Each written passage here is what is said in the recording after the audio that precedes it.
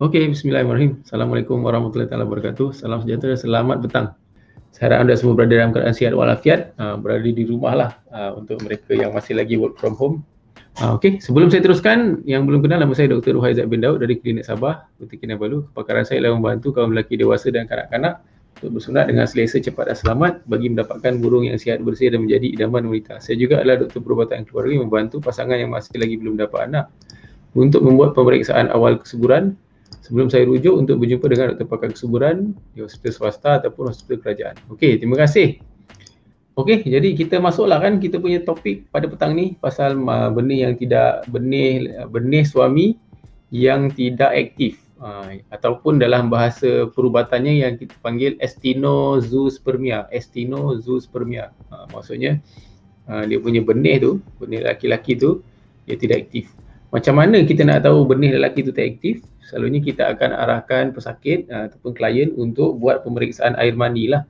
Dia kena hasilkan air mani dia sendiri dan hantar ke makmal ataupun hantar ke tempat-tempat makmal di hospital ataupun di klinik yang boleh cek air mani di bawah mikroskop. Apa yang diorang akan cek ialah selalunya diorang akan tengok air mani itu cukup ke tidak, air mani itu sihat ke tidak, air mani itu cacat ke tidak, air mani itu boleh gerak aktif ke tidak. Setengah orang macam pasien saya ni, dia punya air mani dia kurang, hypospermia, kurang. Okey, nanti saya tunjuk dia punya result lah. Dia punya morfologi ataupun bentuk sperma dia tu okey, tapi bila kita tengok dia punya pergerakan dia sangat kurang, sangat kurang. Yes, bukan erectile dysfunction. Erectile dysfunction tu cerita lain. Ini dia tak ada masalah dalam hubungan suami dan isteri. Dia orang boleh melakukan hubungan intim sama-sama, mereka sudah berkahwin lebih kurang 5 tahun. Tapi masih lagi tak dapat anak sebab apa? Dia punya kualiti sperma dia yang tidak okey. Saya tunjuklah dia punya result. Yang ini ialah dia punya result yang kita ambil dan hantar ke makmal. Kalau you tengok, apa yang kita tengok di dalam makmal pertama sekali ialah dia punya volume. Volumenya ialah dia punya amount air mani yang dihasilkan. Untuk seorang lelaki yang normal, sepatutnya dia punya air mani dia adalah antara 2 hingga 5 mils. Okey, 2 hingga 5 mils. Dia punya volume dia hanya 1.5 mils. Sangat sedikit lah. Color dia normal, white, opaque. Boleh nampak kan? Saya harap you all boleh nampak lah kan. Yang ini especially penting kan, bukan juga hanya untuk laki-laki, tapi dia juga penting untuk wanita, isteri, sebab isteri pun kena faham apa yang berlaku kepada suami sekiranya kita suspek suami yang ada masalah. Walaupun anda boleh bersama-sama dengan suami, suami boleh buat hubungan intim dengan anda, dengan you lah. Maksudnya dia tak ada masalah, boleh mengeluarkan air mani semua. Tapi kita tak tahu sama ada air mani dia tu berkualiti atau tidak sehingga kita buat pemeriksaan air mani yang kita hantar ke makmal. Ini dia punya result dia. Tengok viscosity dia, non-viscid, pH dia 8. Okey, bila kita tengok air mani, kita tengok dia punya ni. Yang first kali kita tengok sperm count. Dia punya amount of spermatozoa. Maksudnya kita tengok berapa banyak dia punya sperm dia sekali dia ejaculate lah. Ejaculate or more. Kalau kita tengok minimum kalau dekat sini dia ambil 40 juta. Maksudnya setiap kali dia bersama-sama dengan isteri, by right you punya sperma dalam air mani itu sepatutnya lebih 40 juta. Kita tengok sperma dia okey 54 juta. Walaupun volume dia sikit tapi dia punya sperm count dia okey 54 juta. Cuma masalahnya kita tengok ialah pada ni motility first hour ni, maksudnya pergerakan benih tu dalam masa 1 jam. By right dalam masa sejam sepatutnya ada 50% atau lebih air mani atau benih yang bergerak di dalam air mani you. Bila kita tengok rupa-rupanya selepas sejam, dalam masa sejam hanya 40% je yang bergerak. Selepas 3 jam tinggal 20% je yang bergerak. By right, seorang lelaki-lelaki yang normal sepatutnya dia punya pergerakan mesti lebih 40%. Yang berita baiknya ialah dia punya morfologi lah. Morfologi ni maksudnya dia punya bentuk kepala, bentuk leher, bentuk ekor sperma tu adalah normal lah. Kita tengok dekat situ punya result dia. Sekejap sini 93%. Punya minimum ialah 30%. Tapi morfologi yang abnormal form hanya 7% lah. Dekat sini ada white blood cell lah. Kita takut dia ada mungkin ada jangkitan kuman. So tidak jadi masalah untuk dia punya sperm count. Dia punya masalah hanya pada pergerakan dia, motility first hour. Boleh nampak kan? So sebenarnya patient ni datang daripada last year. So bila dia datang first visit tu, First visit tu kita dah bagi treatment, kita dah bagi rawatan, kita dah bagi supplementation selama lebih kurang 3 bulan, 6 bulan kita sebenarnya kita bagi. Sebab selalunya mereka yang ada masalah motility atau masalah pada benih lelaki yang tidak sihat ni, tidak sihat, yang ni dia tidak aktif lah, kita panggil actinozoospermia. Jadi kita akan bagi dan selepas 3 bulan kita akan boleh nampak dia punya perbezaan atau dia punya sekejap saya double check. Mana gambar saya tadi tu Alah, hilang pula. Ini kah? Ini gambar yang saya nak share tadi. Gambar dah hilang. Actinozoospermia. Ni. Dia bergerak. Dia tidak bergerak, okey? Dia tidak bergerak. Saya kasih tunjukkan dia ni dia punya.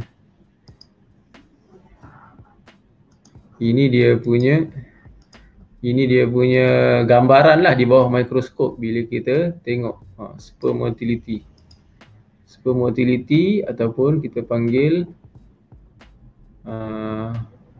dia pergerakan dia lah, dia punya pergerakan. Sekejap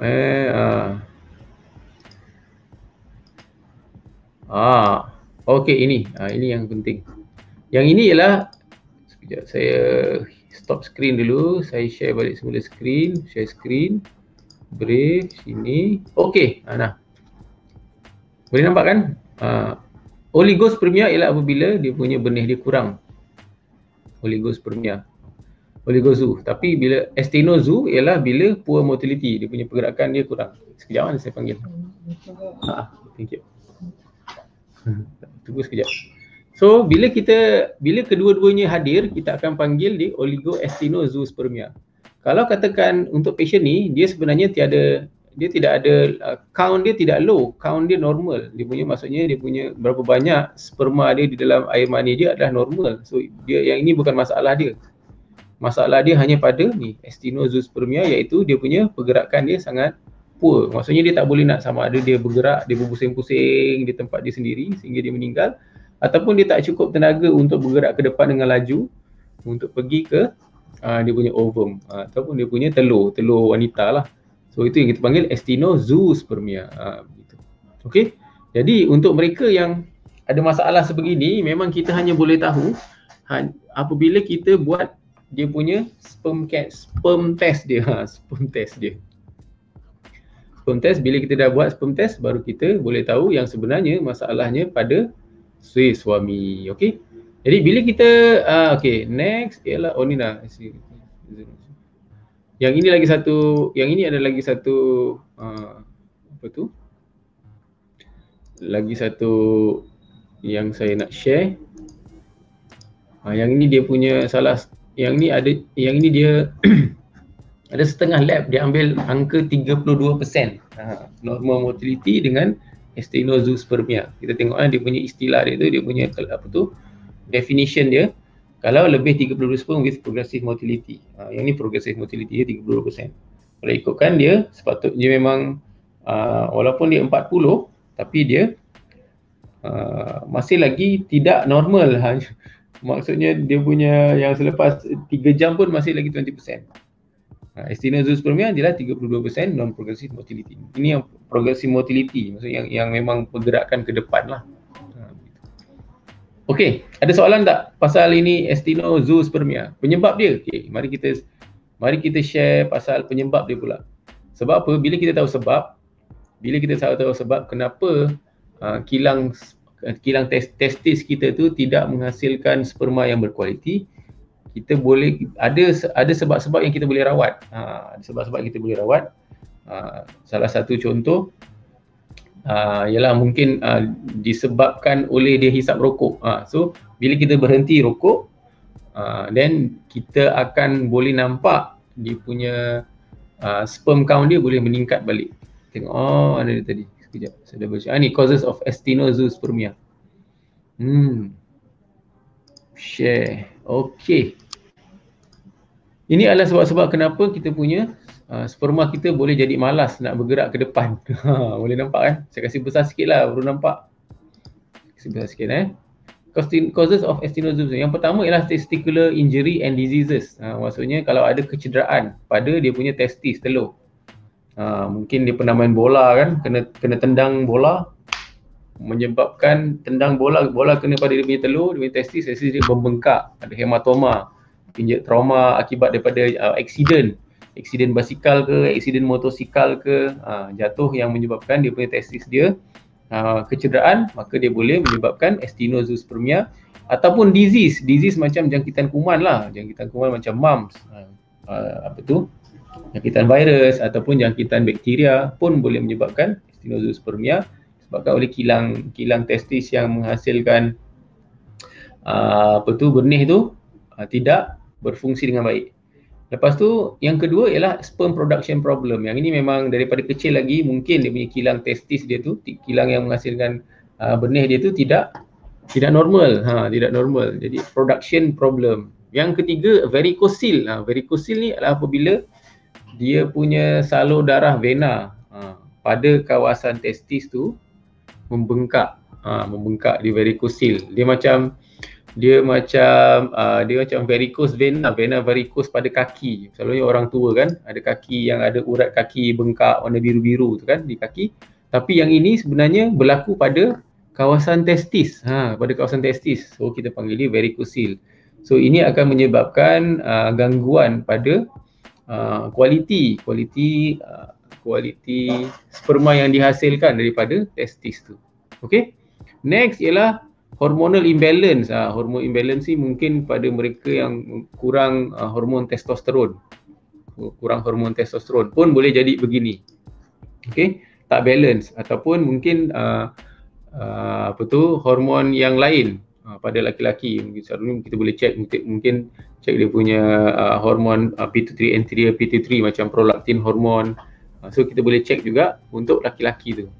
Yang kelima ialah mungkin genetik lah. Memang genetik dalam keluarga dia, dalam ahli keluarga dia, keturunan dia memang dia punya adik-beradik tak ramai. Mungkin satu dua orang. So mungkin dia ada genetik yang menyebabkan gangguan pada production kilang testis yang menghasilkan benih ni dia tidak normal. Okey.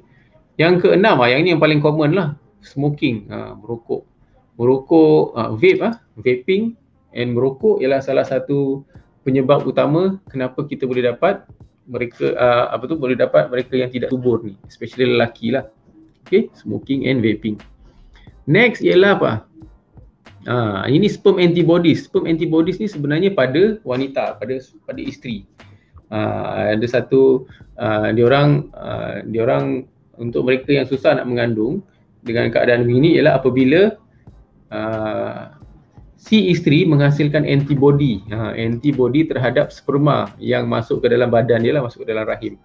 Bila ada antibody terhadap sperma, maksudnya sperma yang masuk dalam badan wanita tu dia dianggap sebagai benda asing, maka si isteri menghasilkan antibody terhadap sperma suami tu.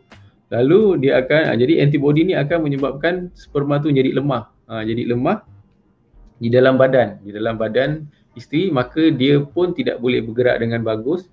Maka itulah salah satu sebab kenapa actinozoospermia boleh berlaku. Nutrition deficiencies, yang ni untuk mereka yang tidak menjaga dia punya kesihatan lah.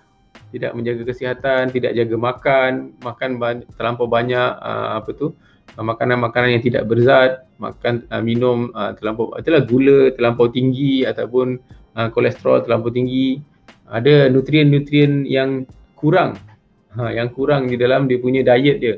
So sebab tu mereka yang kita suspect ada nutrition deficiencies ni, kita akan bagi dia supplementation lah, makan suplemen untuk memperbaiki dia punya hormon, dia punya nutrisi supaya dia boleh menghasilkan lebih banyak sperma yang aktif. Dan yang last sekali ialah yang ke-9 ialah alkoholism. Yang ini alkohol ni sangat biasalah. Untuk mereka yang di Sabah ni sangat biasa. Kalau orang tu banyak terlampau banyak minum, so alkohol adalah salah satu sebab kenapa dia boleh mendapat actinozoospermia ataupun dia punya masalah benih suami yang tidak aktif. Okey. Jadi selalunya untuk kes begini ada yang kita boleh rawat, di klinik sahaja, di klinik biasa saja. Mana-mana klinik pun boleh rawat. Selalunya kita bagi supplementation macam spemen, macam Profortil. Itu adalah ubat-ubatan Profotit adalah ubat, suplemen adalah suplemen yang mana kena jumpa juga, still kena jumpa dengan doktor untuk kita monitor. Kenapa nak kena monitor? Sebab kita nak tahulah sama ada rawatan yang diberi itu berkesan atau tidak. Maksudnya nak kena buat test sebelum rawatan itu diberikan supaya kita ada base, kita ada baseline investigation, baseline result, dan bila kita repeat balik semula air mani itu nanti selepas 3 bulan, kita boleh tahu sama ada perubahan yang positif ataupun negatif terhadap dia punya hasil rawatan tu. Untuk kes begini kan, untuk kes yang ni saya dah buat yang itu bulan 5 kita buat dia punya bulan 5 kita buat dia punya test, dengan bulan 8, bulan 9 kan baru-baru ni buat, tak ada perubahan. Itu menunjukkan bahawa rawatan kita tidak berjaya. Maksudnya kita tak berjaya nak tingkatkan dia punya air mani itu, benih tu punya keaktifan tu. So apa yang kita terpaksa buat ialah kita terpaksa refer kepada center, fertility center. Tak kira lah di swasta ke di kerajaan, selalunya dia orang boleh buat. Mungkin dia orang akan suggest untuk buat IUI ataupun ICSI, intrauterine insemination, ataupun intracytoplasmic sperm injection, ICSI. Yang mana ini memang sudah dibawa, yang ini memang dah masuk fasa rawatan lah, fasa rawatan yang dibuat di fertility center. Selalunya kalau di klinik yang biasa, dia orang boleh buat test ni. Bila dah tahu result, kita dah cuba dengan apa yang kita tahu. Kalau tak berjaya, adalah lebih bagus untuk kita refer. So, kalau sekiranya anda seorang suami, dah kahwin untuk lebih daripada 2 tahun tapi masih lagi tak dapat anak, jangan kita senang-senang nak kata itu adalah masalah isteri. Kita takut itu daripada masalah kita juga. So, kita kena sendiri, kena jumpa dengan doktor bersama-sama dengan isteri untuk dua-duanya cek sekali. Sampai bila si suami perlu makan suplemen? Jen tanya. Okey, selalunya kalau macam kita kami lah, kita akan bagi sampai isteri tu boleh mengandung. Kalau katakan dia punya masalah tu pada si suami, maksudnya ni isteri tak ada masalah lah. So suami makan sampai isteri tu mengandung. Kalau nak sambung terus pun boleh, tak jadi masalah. Kalau katakan dia tak berjaya, katakan lepas makan suplemen untuk 3 bulan. Selalunya saya bagi 3 bulan, kita tak bagi lama-lama. 3 bulan kalau tak berjaya, then kita perlu tukar kita punya cara rawatan. Maksudnya kita perlu dapatkan feedback daripada pakar kesuburan untuk buat rawatan lanjut. Macam kes begini, suggest untuk buat IUI ataupun ICSI. Okey, ada soalan lain? Hopefully apa yang saya kongsikan ni bermanfaat. Tolong like, tolong love, tolong share, tolong tag kawan-kawan. Terima kasih Siti Nur Fatimah, Miming, Mark untuk yang bersama-sama dengan saya pada petang ni. Sebenarnya untuk cek air mani ni sebenarnya boleh pergi ke mana-mana klinik pun. Minta tolong dengan doktor, saya nak cek saya punya sendiri air mani, saya tak tahu sama ada saya punya saya ni subur ke tidak. Selalunya mereka yang datang tu yang sudah berkahwin lah, tapi ada juga yang datang ke klinik yang belum berkahwin, dia risau takut dia tak subur. So pada saya, kalau anda belum berkahwin mungkin ini bukan priority lah. Test air mani ni bukan priority, tapi bila anda sudah berkahwin, yes. Kalau selepas 6 bulan, selepas tahun berkahwin tapi tak ada anak, maka mau kena buat pemeriksaan lanjut. Kalau azoospermia ada peluang untuk dirawat ke dok? Okey, azoospermia ni ialah langsung tak ada benih, walaupun ada air mani tapi tak ada benih. Boleh dirawat, tapi selalunya tak boleh dirawat di klinik biasa. Dia kena jumpa dengan pakar kesuburan, sebab mungkin dia orang akan terpaksa buat ambil sampel lah, dia buat biopsi di dalam dia punya testis tu untuk tengok sama ada atau tidak spermatozoid ataupun sperm di dalam dia punya testis tu. Boleh dirawat. Kalau memang bila kita injek, bila kita buat biopsi pun tidak ada, langsung kosong, maksudnya memang kilang tu tidak berfungsi. Selalunya yang itu memang kita cakap last option lah. Selalunya doktor akan suggest untuk buat adoption.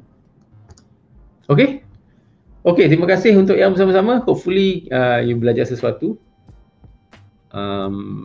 Jangan tunggu lama, especially kalau dah kahwin. Anda berumur 35 tahun ke bawah, kalau sudah kahwin lebih 6 bulan tapi tak dapat anak, pergi cek. Kalau anda sudah berkahwin, tapi kalau kalau anda sudah berkahwin umur 35 tahun ke bawah, setahun tak dapat anak, pergi cek. Tapi kalau anda 35 tahun ke atas, 6 bulan berkahwin tak dapat anak, kena cek cepat-cepat. Sebab apa? Bila umur anda lebih 35, kita kena cepat-cepat cek. Sebab apa? Sebab kita nak kurangkan kita nak cepatkan anda mengandung, sebab lagi lambat anda mengandung ada lebih banyak risiko yang kita tak nak berlaku pada mereka yang mengandung pada umur 35 tahun ke atas. Okey. Sampai sini saja. Assalamualaikum, selamat petang. Jangan lupa like, jangan lupa share. InsyaAllah besok petang kita jumpa lagi.